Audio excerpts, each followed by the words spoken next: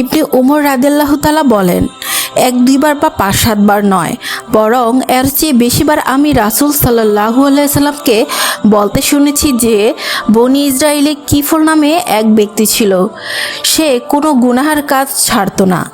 একবার এক মহিলা অভাবে পড়ে তার কাছে আসলে সে ব্যভিচারের শর্তে তাকে ৬০ দিনার দেয়। যখন সে ওই মহিলার সাথে বদ কাজ করতে উদ্ধত হলো, তখন মহিলাটি আল্লাহর ভয়ে কম্পিত হয়ে কেঁদে ফেলল। লোকটি বলল, কাঁদছো কেন? আমি কি তোমাকে জবরদস্তি করছি? মহিলাটি বলল, না, আমি এই গুনাহের কাজ আগে কখনো করিনি। আজ কেবল অভাবের তাড়নায় পড়ে এসে বাধ্য হচ্ছি। লোকটি বলল, অভাবের তাড়না পড়েই তুমি এসেছো, অথচ কখনো তা করনি?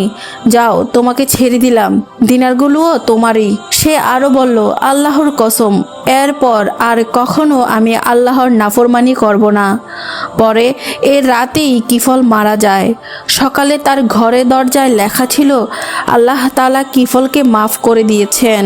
সুবহানাল্লাহ।